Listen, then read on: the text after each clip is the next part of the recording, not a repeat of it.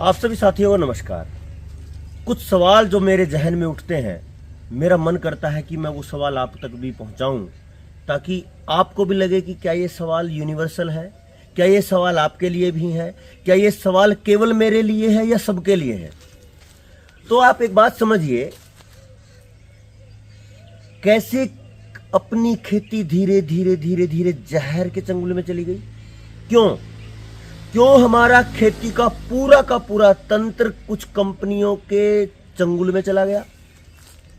एक सवाल यह भी बनता है कि कैसे पूरी की पूरी खेती बैंकिंग के कब्जे में चली गई, कैसे हमारा पशुधन, हमारा बैल आज ट्रैक्टर का रूप ले चुका है, कैसे हमारी पूरी की पूरी स्वास्थ्य की स्थिति आज डॉक्टरों के कब्जे में चली गई है, कैसे आज हमारी पूरी की पूरी जवानी नशे में चली गई है, कैसे हमारा पूरा पशुधन एक तरीके से आर्टिफिशियल इंसेमिनेशन यानी कृत्रिम गर्भाधान पे चला गया है।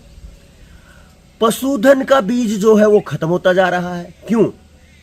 मानवीय बीज खत्म होता जा रहा है, क्योंकि बच्चे पैदा होना बंद हो गए हैं। वहां पे भी कृत्रिम गर्भाधान आ गया है।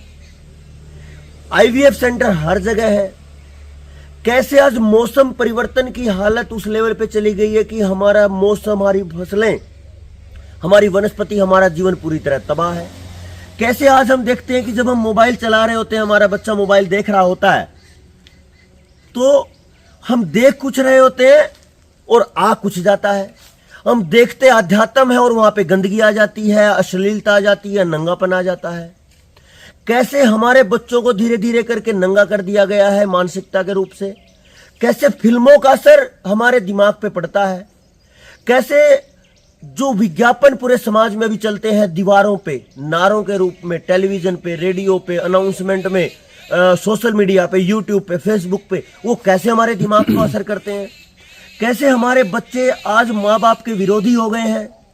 वो अगर मोबाइल देख रहे हैं और टीवी देख रहे हैं तो उनको कुछ भी ध्यान नहीं रहता। और सबसे खतरनाक, जिस बच्चे को आपने 2-3 साल की उम्र में फोन दे दिया है, वो 1 से 1.5 साल के अंदर सेंसलेस हो जा रहा है। ये भयानक स्थिति है। क्या ये आपको समझ आई है?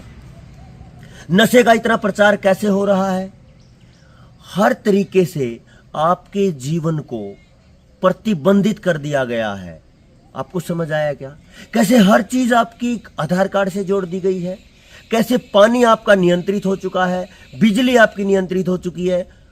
अगर मैं कहूं आपका पानी किसी प्राइवेट कंपनी के कब्जे में है। क्यों?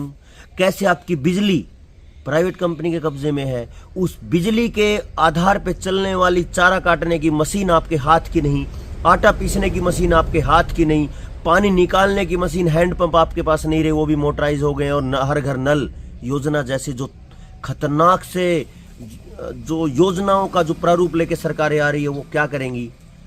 आपको इतने सारे सवालों का जवाब मिला है क्या कहीं? या आपके जहन में सवाल उठते हैं क्या कि पढ़ाई किस लेवल पे चली गई है।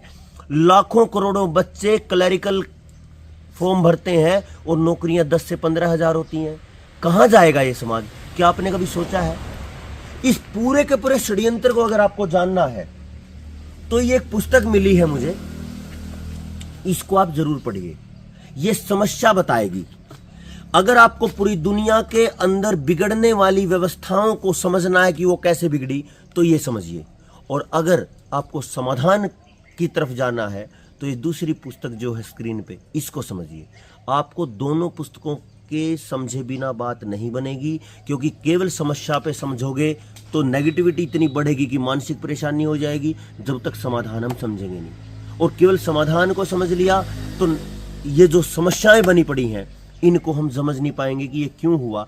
और समस्या समाधान का एक रूपता में अगर लेके जाएंगे तो हम कुछ निकाल सकते हैं।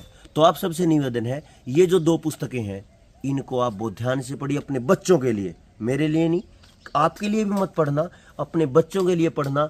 क्योंकि 1 ग्राम की मधुमक्खी 2-4-5 किलो की कुतिया या किसी भी जीव को आप लगाओ, अपनी अगली संतान के लिए किसी की जिंदगी ले भी सकती है और किसी की जिंदगी, अपनी जिंदगी दे भी सकती है। तो ये मानवीय दिमाग जो अगली पीढ़ी के लिए सोचता है कि हम पूरा जीवन अपने बच्चों के लिए कमा रहे हैं, तो एक बार उसकी गति को भी समझिए कि उनकी दुर्गति हो रही है कि सदगति हो रही है। इस 2 पुस्तकों को पढ़ना मेरा ये सलाह है। बहुत बहुत धन्यवाद।